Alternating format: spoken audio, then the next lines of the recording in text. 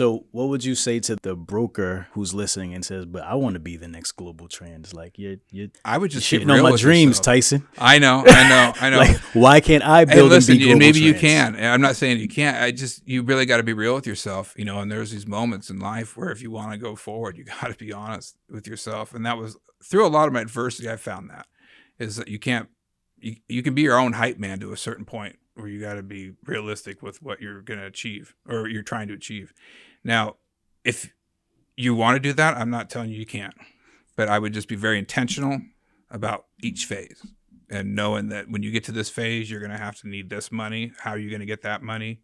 And it sounds easier than it is when you get to it. So I would be like, I got an uncle that's got 20 million he's willing to lend me, or I don't know, whatever. But it's just really hard to, build an individual brokerage that stands out from what's already available for other people to really invest into it.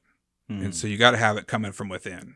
You know what I mean? There's somewhere and you've got it personally or something like that. But if you're starting out scratch and bootstrapping your way to that, it's just way harder. You don't have to put yourself through it. I'm just here. I'm telling you, don't put yourself through it. You can build just a successful business and have your financial freedom within an agency somewhere. Yeah. And I'm not going to tell you one's better than the other. I think that's kind of, for each to decide on their own. Or, I'm around to give opinions, but it's really a thing that you've got to find a good partner. You'll notice a lot of these also new ones that are started from scratch are multiple partners. They're not solo entrepreneurs. Right. So that'd be the other thing. If you're going to start from scratch, I'd have partners, know, but if you don't have a partner, go find one. And I think that's where the agency model comes in.